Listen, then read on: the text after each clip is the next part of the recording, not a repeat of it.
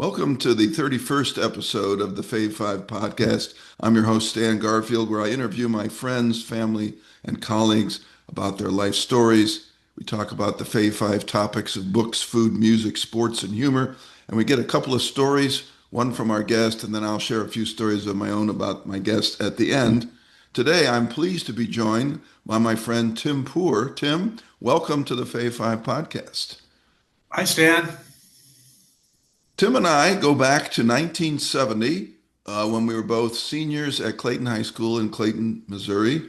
And I believe I met you maybe on the second day of school. On the first day of school, I recall stopping in the hallway talking to John Landau, who was someone that I knew from the fifth grade when we had gone to elementary school together, and asked him about how I could do various things like work on the newspaper and the radio station. And he mentioned that Tim Poor was the head of the radio station. I needed to talk to him. So I went up there. I think the radio station was up on the upper floor. I went up there soon thereafter, but you weren't there, Tim. I think one of the other workers was there, and he told me he had to talk to you. So I think the next day I came back and saw you and asked if I could work on the radio station. And to my surprise, you said yes, because I was expecting to get to my high school at Didn't ask senior for a year. resume or anything, did I? Well, the other thing was you were also the news editor, right, of the newspaper. So Yeah. I interacted with you both on the newspaper and also on the radio station, but that's where our friendship began, and it's been going ever since. So it's been great to be friends over, I guess now that's 56 years, if am I right? So, Unbelievable. Tim, let's start out and ask you a little about your background. When and where were you born? Well, I was born in New York City on April 18th, 1954. It was Easter Sunday. And my mom enjoyed telling the story of driving me home up down Fifth Avenue on Easter Sunday. So I was born there, and we lived in Greenwich Village. My parents were living there, but didn't stay there very long, maybe a year, because when I was a year old, later they decided that might not be the best place to raise me. They were wrong about that, but what the heck. We moved to Ferguson, Missouri, which is a suburb of St. Louis, and it's the town that my father grew up in. And we may be the only people to ever move from Greenwich Village to Ferguson, Missouri. I'm not sure, but wouldn't be surprised.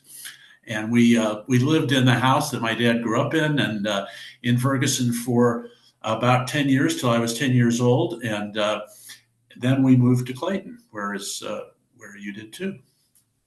So, do you ever claim to be a New Yorker because of being born there? I am. I'm a native New Yorker, Okay. although I have no memories of that time in New York. But I bet it was an interesting time in the And, 50s. and you seem to have lost your New York accent over the years. I have. It didn't take me long. What is your ancestry? Well, my parents, Dorothy Crosby was her maiden name. That's my mother, and she grew up in Iowa. She was a farm girl, grew up on a farm in Iowa. And my father, Johnson Poor, as I mentioned, grew up in St. Louis. And my grandmother still lived next to us in Ferguson, next door to us in Ferguson. Her name was Dorothy Poor. We called her Gigi, but um, that's their background. But where do they come from originally? What's their nationality? Well, I think that my family on my father's side, my grandmother was a Virginian. She grew up in the South in Virginia, and then my mother, as I said, was kind of Dutch ancestry. I think Dutch, and my father was English. Is England is I think where our family came from. Okay. So, after you have moved to Clayton and graduated from high school there, where have you lived since then?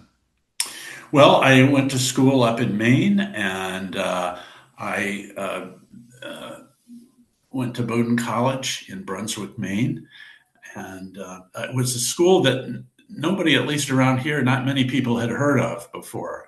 It's more known now, but it's up in Maine, and had a good time in college. I was not a great student, but I did work at the newspaper. I was the editor of the student newspaper, and I had a radio show, kind of following up on my Clayton High School experience. When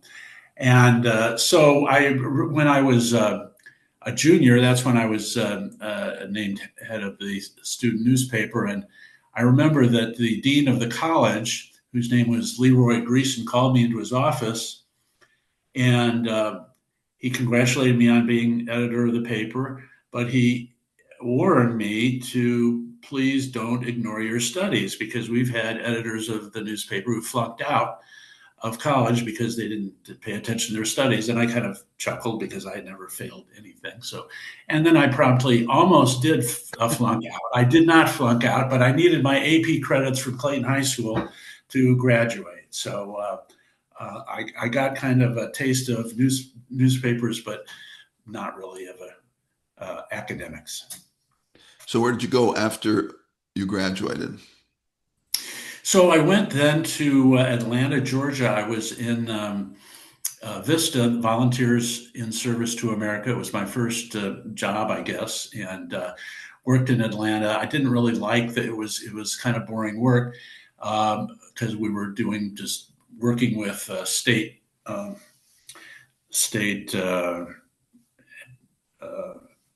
government people instead of actually the population. But Atlanta was fun, and I enjoyed a completely new area to me, the South. Got to know the South a little bit, and worked for a couple of. Then after that, worked around a little bit, different jobs, and ended up in Rome, Georgia, at a newspaper. My first newspaper job in Rome, Georgia, which was a kind of a newspaper that was a alternative newspaper, a weekly newspaper, which not surprisingly did not stay in business very long. So had to leave there for South Carolina, and worked in South Carolina at a newspaper, the Seneca Journal and Tougaloo Tribune. And I was a reporter and an editor there for 1 year before I returned to St. Louis and worked for the Globe Democrat newspaper here. That my first big newspaper job. So you've been in St. Louis for a long time, but I believe you also had a little stretch in Washington. Is that right? Right, right. Well, I worked after the Globe Democrat kind of went out of business. I went to the St. Louis Post-Dispatch, which had a Washington bureau, and that was something I really wanted to do. And I eventually made my way to Washington and was there for 5 years in the 1990s, which was a great experience for me in Washington. And then came back to St. Louis, and I was an editor at the Post-Dispatch for some time, for about 12 years, I think, 10 years. When you were growing up, who else was in your family? Well, I mentioned it was basically my mom and dad, my brother Joel, who wound up at the University of Missouri as a professor, and my grandmother, as I mentioned, Gigi, and she took me to baseball games, which was nice. She was a season ticket holder, so that was fun. What did your parents do? My mother was a stay-at-home mother to take care of the kids, and so she did not work until we left the house, and then she started working for the ACLU. Was an assistant at the ACLU for many years here. My dad was in publishing.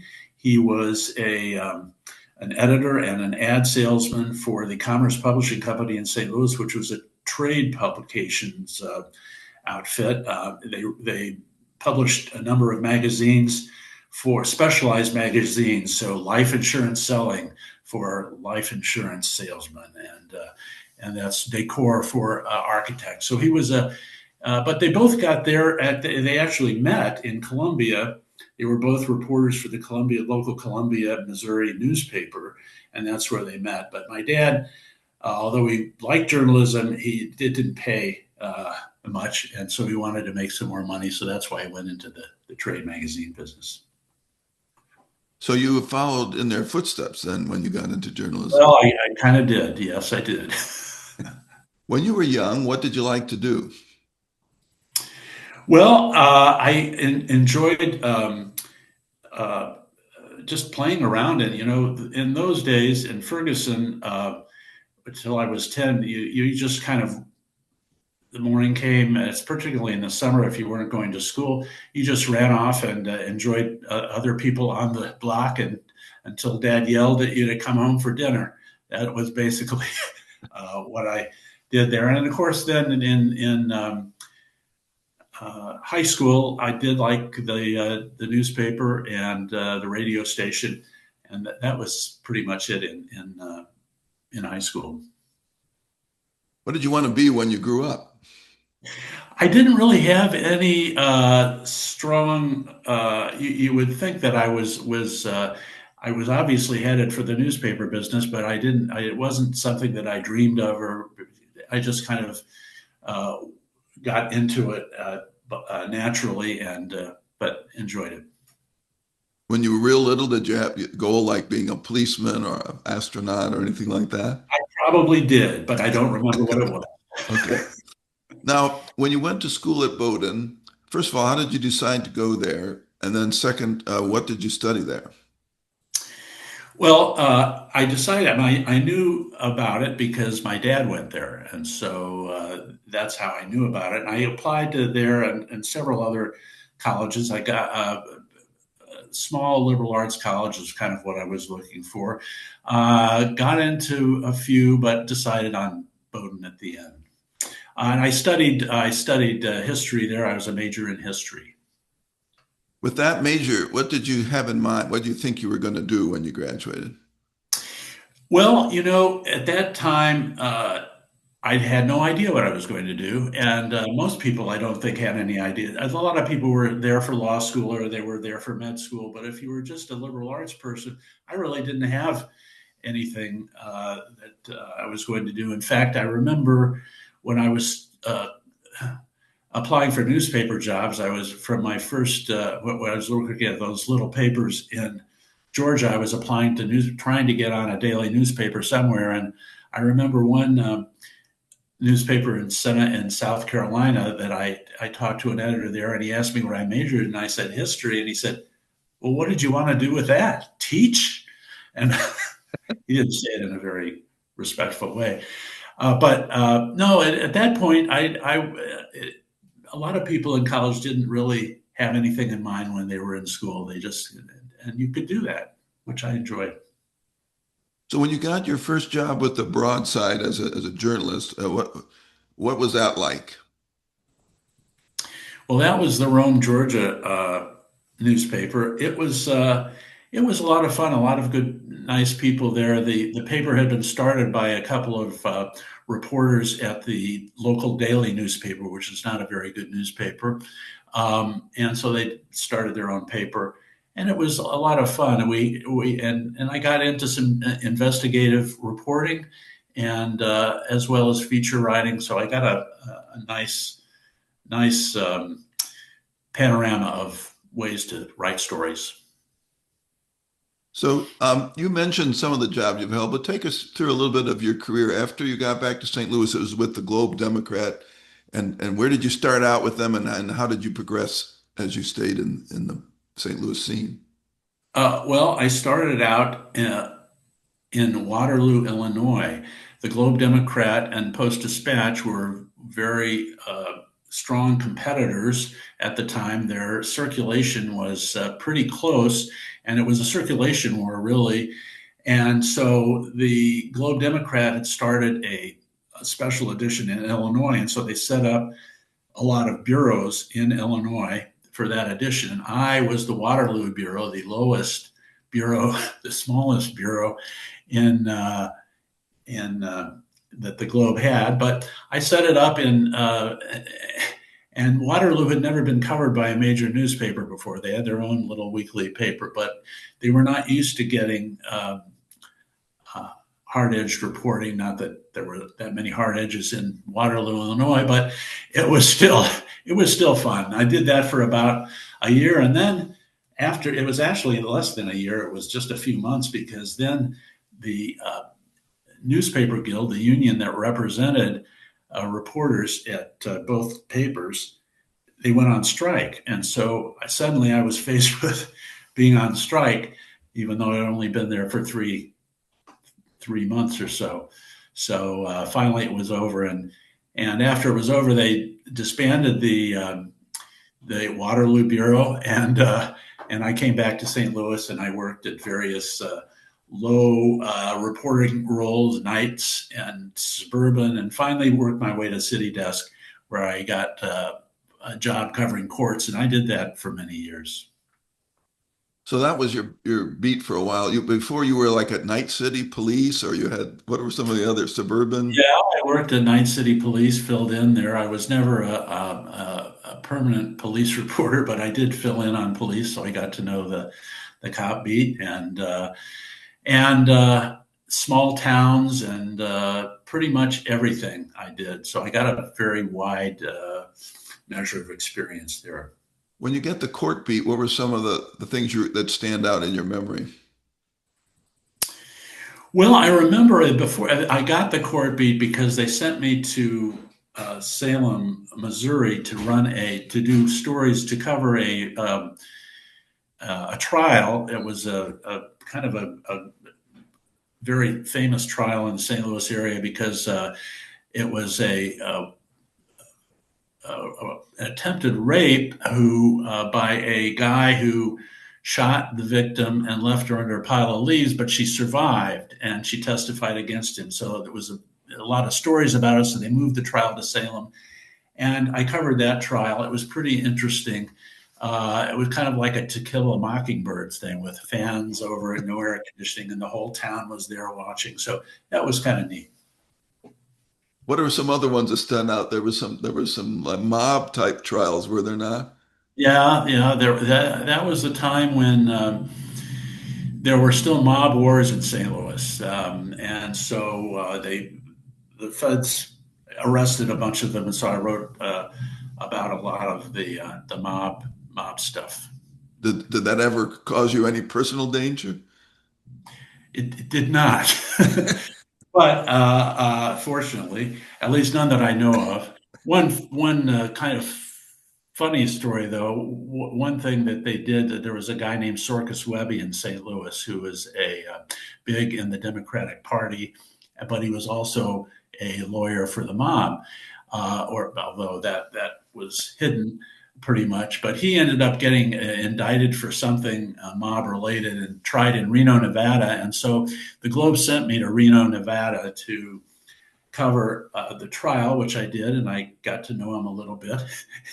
and it was kind of fun. One of the reasons they sent me there was that the head of the police detectives he was convicted, by the way, of whatever it was he was charged with, but he got a lot of letters of support, including one from the chief detective of the St. Louis Police, who I guess was buddies with him, and it became a big story. And so I went out there to cover that. And I was going through and after we wrote stories about that, how about the cops were defending this mob guy and blah, blah, blah. And I ended up looking through the letters one day to the judge. They were letters to the judge with recommendations. And I saw my mother had written a letter to the judge. And not like some of the people we've been writing about, like, he's a great guy. Please. She said, put him away for life. Mom, I'm not supposed to have a position here. Please stop. Anyway, that was my mom. So, any other highlights from that era?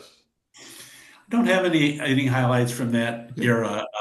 It really went to the Post-Dispatch after the Globe finally breathed its last breath, and they made a deal with the Post really to the Post agreed to give half of the profits to the Newhouse Company if they closed the newspaper, and that's what they did. So, what beat did you end up being on at the Post-Dispatch? Well, I ended up back at the court beat since that's what I do. I did some investigative reporting. I did some good stories about uh, uh, police, and we had these laws where they could take people's drug dealers' stuff if they found them with stuff, and they would take the drug dealer's stuff, but they wouldn't charge the drug dealers. So that was a good story. And that's kind of what I did. I then started writing a column. I was an Illinois editor, and eventually I got the Washington bureau job. So tell me about that. What was that like? Well, I covered Congress. I had kind of we had five reporters. It's hard to believe now, but the Post-Dispatch had five reporters in Washington, and I was on the lowest rung, which was the local delegation. It was actually maybe the best beat, but uh, everybody wanted bigger things than just the local beat. But I did it. I covered Congress and covered people like Dick Gephardt and Kit Bond, who was a senator. John Danforth was a senator, and John Ashcroft. So that's mainly what I did. I did get to travel because Gebhardt was Newt Gingrich had just given the Republicans control of the House for the first time in 40 years. And so Gebhardt, who was the lead Democrat in the House, was trying to get the House leadership back and was traveling around the country on behalf of Democrats. And so I got to travel around with him a lot. And that was kind of interesting. And then what brought you back to St. Louis? Well, what brought me back to St. Louis was my wife, Kathy, got pregnant with our first child. And I lost all leverage on where we were going to be. She wanted to come back to St. Louis because her parents were here. And she wanted to have the baby. I said, okay. I was kind of tired of the beat anyway, so I was ready for a new challenge. So we moved back to St. Louis. And my mother was still here. So it was actually a good move because, as people know, it's nice to have parents around when you have young kids. And what beat did you go on when you came back?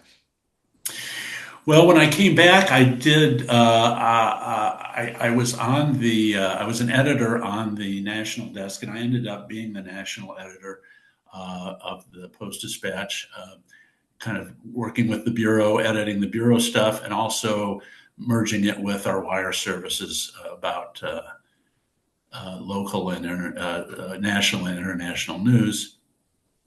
What does the national editor do? What are the duties of the national editor? Well, to edit the Washington bureau, and then to lead the wire desk, which was looking at AP and all the other stories. We had several editors on the wire desk Mhm. who took national stories from elsewhere. So that was my main job. And then I went to the news meetings every day and kind of tried to plug our stories as page one possibilities. Needless to say, if you're from St. Louis now, there's no more national news, no more national editor. The How paper's much has lost. the newspaper changed in St. Louis since you were there till today? Well, it's pretty sad. It's like in not just St. Louis, but all over the country. The newspapers have gone down. I saw the Pittsburgh paper just went out of business, and it's only a matter of time before the Post Dispatch doesn't have it's all going to be online, I'm sure, someday. And it's kind of too bad, the end of an era. Yeah. What about the size of the staff?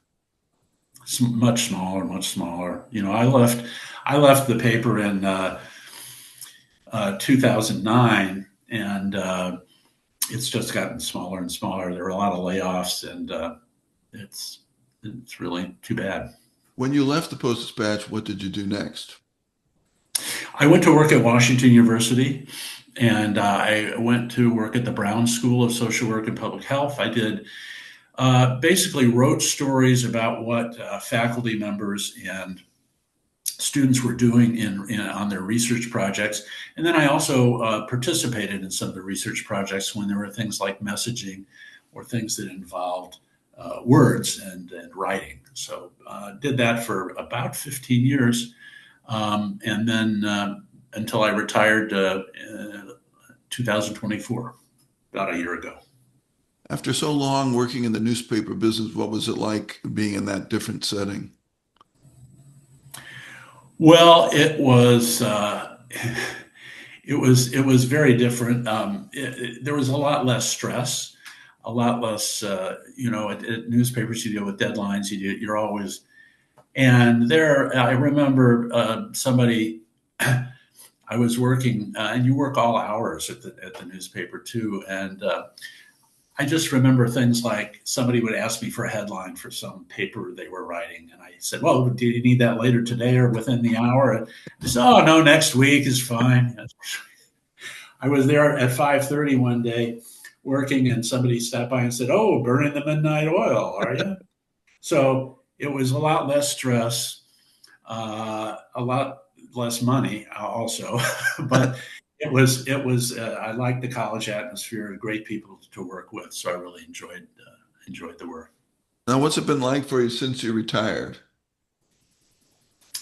Well, it's been just a year or so, and it's been good. I haven't really figured out a long-term strategy yet, but I've kept busy working on some renovations here and at a family, a place that Kathy's family, my wife's family, has in Colorado. So that's been good, and I've been cooking a lot. I enjoy cooking, and so we've got both our kids, although they're not in college anymore, they're at home. So I have basically running a restaurant, 24-hour restaurant for four people here. So it's good. I enjoy cooking. In addition to cooking, what are some other hobbies or interests that you have? Well, I play bridge, as you know. We play bridge. I play in tournaments, mostly online, although occasionally there'll be tournaments that I'll play in here, and I like that. I'm going to get involved in politics a little more. You know, at the newspaper, I was unable to participate in any politics because we were uh, not we were still accused of being a liberal newspaper, but we avoided politics. But I have to avoid politics, so I'm looking forward to doing more of that. All right, it's time now for the Fave 5 topics. Let's start out with reading. What do you like to read? Well, that's one of the nice things about retirement is I get to read more, and I read. I like fiction and nonfiction biographies. I just discovered this Anne Patchett, who's a novelist, and I really like her books. So I'm kind of starting to read all of her stuff. It's all great. I've read it all, and Okay. she is frequently named on this podcast as a favorite Thank you. Really? author. Yes, Well, so well that's neat. deserved as well. Do you have a favorite book that stands out? Well, the one of hers that right now is my favorite, and I haven't read them all, is Bel Canto, which is Yeah, a first good one. one, really good. Mhm. All right, let's move on to food. What do you like to eat? Well, I think pretty much anything. I like barbecue a lot. My time in Georgia kind of got me hooked on barbecue. They have a good Southern barbecue. St. Louis doesn't have or didn't have a whole lot of good barbecue, but they do have more now. It's a pretty good barbecue city. But I'd still like to go out and see the Texas barbecue. Maybe go down there with you for another barbecue outing. That'd be fine with me. The barbecue trail in Texas near Austin is a pretty good place to start. Yeah, But you're not too far from Kansas City, another great barbecue city. right, So right. St. Louis has definitely improved since I lived there. They're much better barbecue than we had back then. Now, we've eaten a lot of meals together. I know you enjoy dining out, and you've also chided me for being stuck in the St. Louis restaurant scene of 40 years ago. But if I were to come through now to visit, where would you take me if we were to go out to eat? Well, one place I was thinking of was Indo. It's a kind of an Asian place with small plates, and it's a little kind of divey looking place, but it's extremely good. So I think you would like that. When you go out to eat, is there any kind of a go-to place, or do you have a wide range that you visit? Well, there's a wide range, and St. Louis is just a great eating town. But I tend to stay just for regular restaurants closer to home, places I can walk to, places in Clayton Hmm. where I live now, they're not all great from a cuisine standpoint, but they're all good and reasonably priced. That's I kind of like to go places where they know me. And what are some of those places nearby? Oh, well, one of them is Almonds, a restaurant, which is on Maryland nearby, and it's run by a couple who had a child who is in our daughter's school. So that's how I got to know that. Avenue is a good restaurant here, and some good steakhouses too. So that's So the good. Clayton dining scene's pretty good. Yes, it is. Yeah, That's good to hear. yeah. Switching to music, what are some favorite songs or musicians or albums? Well, Bruce Springsteen, I guess would have to be my favorite at this point. But I like a lot of the music now, though. As you know, we were really into music in high school and college, and but now I don't haven't heard of half the people Yeah. who are out there. So I haven't really kept up with the music scene. But I like some of the oldies. I like jazz. And I've kind of started to like classical music a lot more. I always liked it okay, but I never really went out of my way to listen to it. But I'm doing that more now. Do you have a favorite Springsteen song or album? Well, let's see. It's hard to beat Born to Run, Yeah. but there are many others that I liked. Darkness on the Edge of Town is a great one, and really just about everything. How many times have you seen him live? I've seen about 14 or 15 times. Yeah, so I'm not like a real. The real fans have seen him hundreds of times, but It's pretty I good. yeah. What was the first record that you bought? The first record that I bought, I guess I was probably 12 or something. Anyway, I bought that was Secret Agent Man. You remember that? Yeah. Do you Johnny, remember who's Johnny Rivers. Yes, that was my first. It was a 45. Okay. And what was the last concert or show you attended? The last show I attended was Marty Stewart. Marty Stewart and his fabulous superlatives. He's a country musician, and I saw him in Steelville, Missouri. Do you have any shows that you're planning to see? I've never heard him before, and I'm not a big country music fan, but he Yeah. was fantastic. Do you have any shows that you're planning to see in the near future? Well, David Byrne is coming to town, and I would like to see him. Yeah. All right, sports. What sports do you like to watch? Well, I am not much of a sports fan these days. It's hard for me to get into a sport unless I'm rooting for a team. And the last team I rooted for a lot was the St. Louis Rams, which who I was lucky to see them in their glory years in 2000 and 2001 when they won the Super Bowl and got into another Super Bowl. So I enjoyed that. They left town, so I really don't watch any. Used to be a big Cardinal fan. I mean, I'm still a Cardinal fan, but as I don't go to the games much anymore. But as a kid, that was really my sport, the Cardinals. And I mentioned my grandmother; she had season tickets. She was a big baseball fan, so I got to see the old Sportsman's Park, and I got to see both of the new stadiums that have been there since then. And Stan Musial was my favorite player. I know that was one of the things and he was great. And I got to see his last game in 1964 at the old Sportsman's Park. I was 63, and 63. Okay, yeah, and I watched that on TV, but you were there. I was there. What You about a did favorite see sports memory? favorite sports memory? Well, I guess that would have to be. I don't know. It's hard. Certainly going to games with my grandmother was great. Um, but I think it was the 2011, the David Freese World Series, when he hit home runs to win a couple of games. It was that was hard to beat. That was the one where they were like one strike away from losing Yeah, yeah, to the Rangers, but pulled it out. right, right. That was good.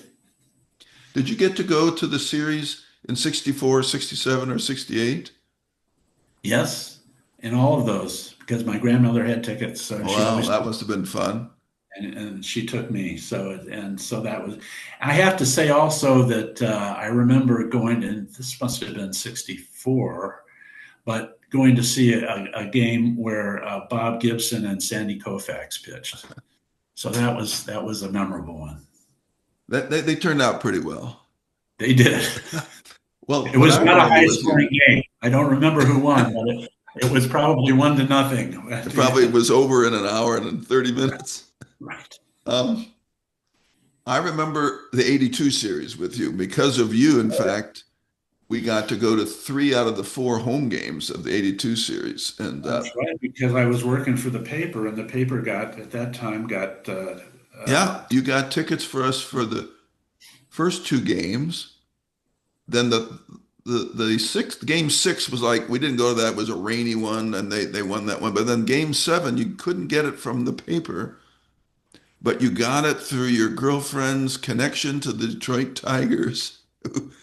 Somebody worked in the front office. We got tickets up in the upper center field seats. I don't even remember that. That's I thank you for that because I got to go to. That was the only World Series that I ever got to attend, and the Cardinals did win in seven games over the Milwaukee Brewers. well, the best moment at those in that I remember, and I was with your wife Barb, and I'm not sure why we were up in the upper deck, and that was the game that Ozzie Smith hit the home run that won the game. It was an amazing moment. That would have been in '85 against the Dodgers, right? And yeah, the Yeah, Go Crazy Folks game. go crazy, folks, go crazy, I right? was I was working that day, so I remember watching it on TV at the office. But yeah, I was envious that you two were at the game and I was at work. It was just incredible. Do you recall where we went to celebrate the '82 World Series? I do. We went to Dressel's. We went to Dressel's bar and restaurant, which was the only place that did not was not jammed with fans screaming about the World Series. This was a kind of in the Central West End. It was a bar for poets, and finally we figured out this was the only place we could sit down, so we did, They and didn't realize what had just happened. and nobody even knew what had just happened. We were all in our regalia and screaming, yelling, and stuff, and it All was right, the fun. final topic is comedy and humor. Do you have a favorite comedian or comedy film or TV show? Well, I have a lot. I love comedy, stand-up comedy, and there are a lot of people that I like. But the comedy that I'm thinking of now is not stand-up, but I have to say it's Fran Lebowitz, and she had this series about New York that where she walks around and talks about New York. She's a longtime New Yorker, and she's hilarious, and it's a lot of fun to watch. Martin Scorsese directed it, and kind of produced it. So it was a lot of fun. And I've watched it several times. Pretend It's a City and Fran Lebowitz. She's hilarious. Going back to older times, what are any comedy films that stand out as particularly funny that you remember? Well, yeah, sure. In high school, we were all Woody Allen fans. Woody Allen was the big figure, and when he was doing the funny movies, they were so great and so different, and we all went to them multiple times, and it was so much fun. So that's what I read, and then the same thing, and the Marx Brothers suddenly had come back, and and kind of similar to what Woody Allen was Yeah, doing actually, and so that was fun to go to the late night, midnight movies that were the Marx Brothers. I remember seeing Bananas for the second time, I think with you at the Brentwood Theater. And I thought it was even funnier the second time because I kind of knew what was coming. I could anticipate it. I almost fell out of my chair at that one. All right, who's the best at making you laugh? Well, I don't really have anybody in other than the stand-up comedies. I mean, my kids are pretty good at making me Okay. laugh, actually. So And I would have your to. brother's pretty funny. He is funny. He is a Okay. funny guy. We have Okay. we have kind of back and forths a lot, but Who are you able to crack up? well, my brother Yeah. and my kids, I think a little Okay. bit. Well, they pretend not to be They laughing, pretend but that they think you're telling dad jokes. Is that it? they are. Well, I am telling dad jokes. They groan and they roll their eyes, but they But laughed. they laugh. Okay. All right, it's time for a story. What would you like to share with us? Well, this is one of the stories that I like to tell, and it was back when I was in Vista, and it was 1975 was the year, and I was in Atlanta, and we were. It was during the training. It was in August. We were getting trained. I don't even remember what the training was about, but I had made this buddy Tom. And we were sitting on the steps of the hotel. We were all staying in a kind of a dive hotel, and we were sitting on the steps of and this is in the summer in Georgia, so it was kind of hot, and we were figuring out what was there to do. And there was a kind of a little bar and musician place a couple of doors down called Alex Cooley's Electric Ballroom. It was a big room, but there were a lot of acts coming through there. We thought, well, there was this guy who was going to be there. We had heard of him, but we had never actually heard his music. But it was cheap, and so we went over, paid $3.50, and saw Bruce Springsteen in the place, and he was playing Born to Run. The Born to Run album was not out yet, but he was playing it. It was just about to come out, and he was about to become a big star. And Tom and I just went nuts. It was an amazing concert and changed my whole outlook on music at that time. So back to rock and roll. Well, I'm going to tell a few stories that I have. We've had a lot of fun together over the years, so there are a lot of stories, but I'll start with when we were working at the radio station KHRU in Clayton, which you were the head of at Clayton High School. It was what was the power on it? Was it like a 10-watt station? Lots. 88.1 on the FM dial. That's right. And just for a little trivia, a little St. Louis trivia, eventually it was a high school radio station, which not many places had. The physics teacher Lou Deal started it a few years before, and it went on for a while. But eventually, they sold their rights. They closed the radio station, sold their rights to a public radio station called KDHX, which just recently, I think, sold to a church or something. Anyway, it was a long time radio station in St. Louis. And the KHRU stood for the Clayton High Radio Underground. Yeah, right. Okay. So No, I asked you if I could work in the station. You said yes. So we were on together on a program I think you had created that was called Contemporium, which was like a current events attempt to be like an NPR show that we took calls and we tried to be serious radio journalists on this, discussing the affairs of the time. And so we took a call on one of these calls on one of these shows, and somebody called in and they asked us, who do you think is the best looking cheerleader on the Clayton High School cheerleading squad? And so I thought, well, this isn't a very hip question, but I don't know what answer we gave, but the interesting thing was that later on I would end up married to one of those cheerleaders. So I probably should have mentioned my wife's name. oh, you didn't. You I didn't. did not know. You don't have a. Oh. Then another time, there was Remind something me, that and I have another good story that involves okay. or about the radio station. But go ahead. Oh, yeah. You tell your story, then I'll come Well, back with my them. story is about the station that you were probably about to talk about, the station the pirate radio station that you and I created. Go ahead, tell Uh, that story. well, so we had this uh, KFR for free radio, and it was at Stan's house. It's your house in the basement. You bought a transmitter, and we had a record player there, and we played songs from everywhere. And at the time, it was FM radio was just kind of starting, and cars did not have FM radios. They only had AM radios, and we were an AM station, and so we played all this FM music, like long Inagata Devita, the long version, and that sort of thing that AM wouldn't play. So I remember being out We were very progressive, and I mean, it was the hard rock stuff, and none of this, bubblegum music. And I remember I was out in the car listening to it one time, and you were at the helm at the station, and I remember you played a Carpenters song, and we hated the Carpenters. He played the Carpenters, and I said, why could he be? Well, later on, I found out who did like the Carpenters. It's one Barb Hayes. You ever That's what you tuned in? said. You knew that I must That's be in when I, love after that if I had played yes, the I knew you were Carpenters in love. on KFR. There was also a time where we wanted to stay up late at the radio station past when we were supposed to. And you had figured out some way where we could hide. And there was like a supervisor who was supposed to make sure we were shut down, but we had tricked him. He had gone off and we were back on the air late at night. Do you remember that?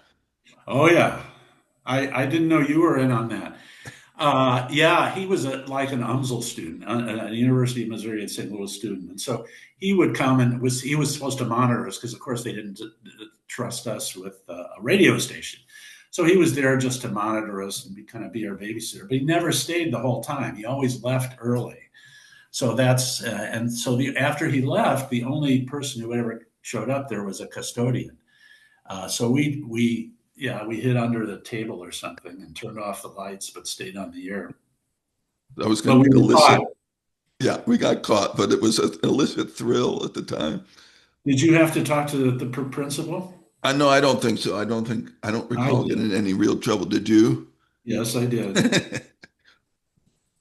Um, I also remember that we used to play Call My Bluff. This was a game that was based on a TV show where you were in teams of three, and the purpose was to make up a definition of a word that most people wouldn't know what the word meant. So there'd be one correct definition given by the team, and then the two other team members would make up bluffs, which were definitions that were false. We used to play this a lot, and I recall you being one of the inspired participants. But my favorite story of that is one of the bluffs you came up with. I don't remember what the word was, but your bluff was inspired. It's a homosexual woodchuck. Probably the best bluff that was ever made.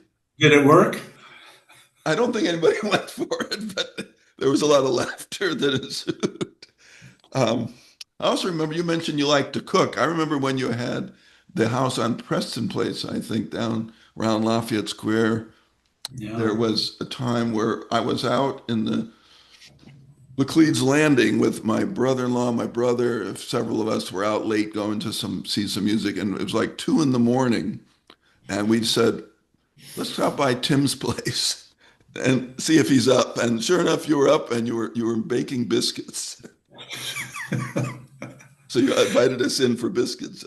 That was kind Well, of an interesting moment. it was nice that you stopped by. Yeah. That's right. Well, biscuits were something that I really enjoyed making, and I'll tell you the story about why I started making biscuits. It was while I was in the South, and I was in Griffin, Georgia, which is maybe a half hour from Atlanta, but just a small town in Georgia. And I was at a Louise's cafeteria there, which was it was a cafeteria. I was there for lunch just by myself, and I heard two women arguing next to me, and they were arguing about the kind of fat that is best to use in biscuits.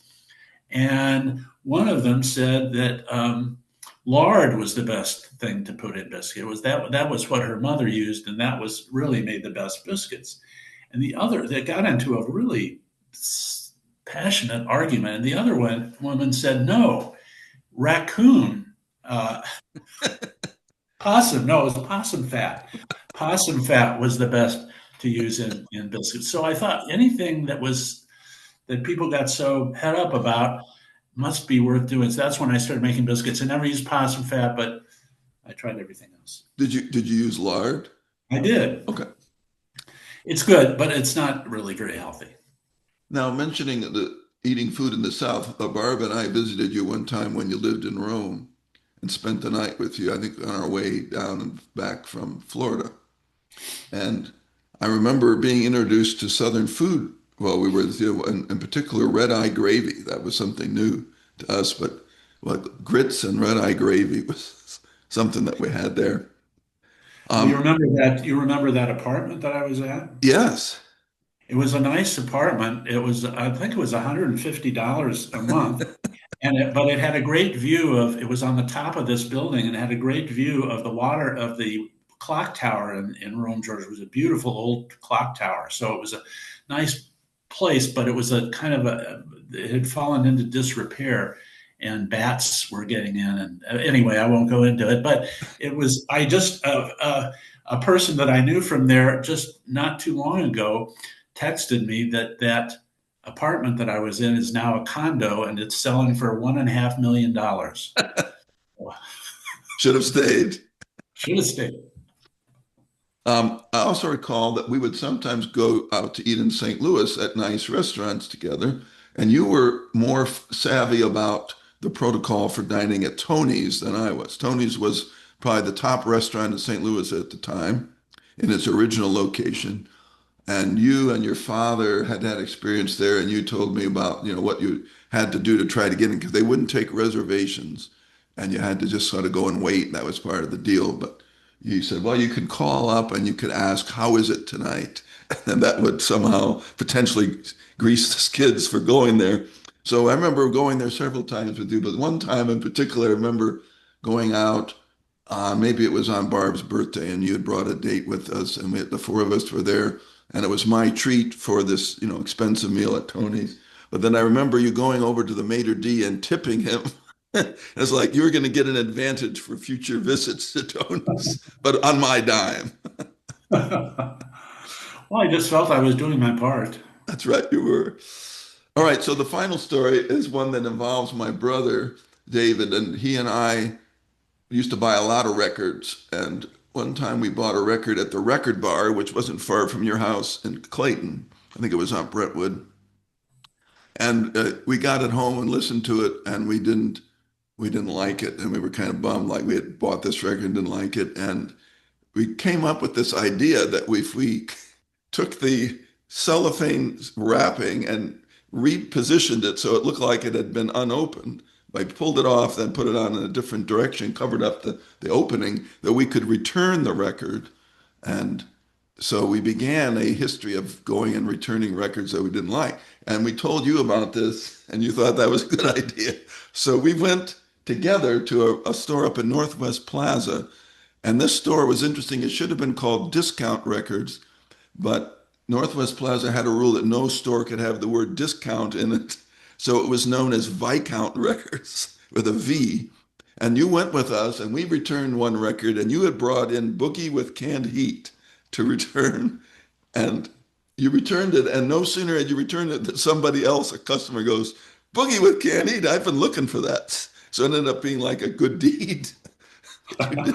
I don't remember that, but Well, as you can tell, we had a lot of good experiences together. This is sort of just touching the surface of them, but we've had a lot of fun over the years together, and we will indeed in the future. Anything else you'd like to mention before we conclude today? no, I think that will do it.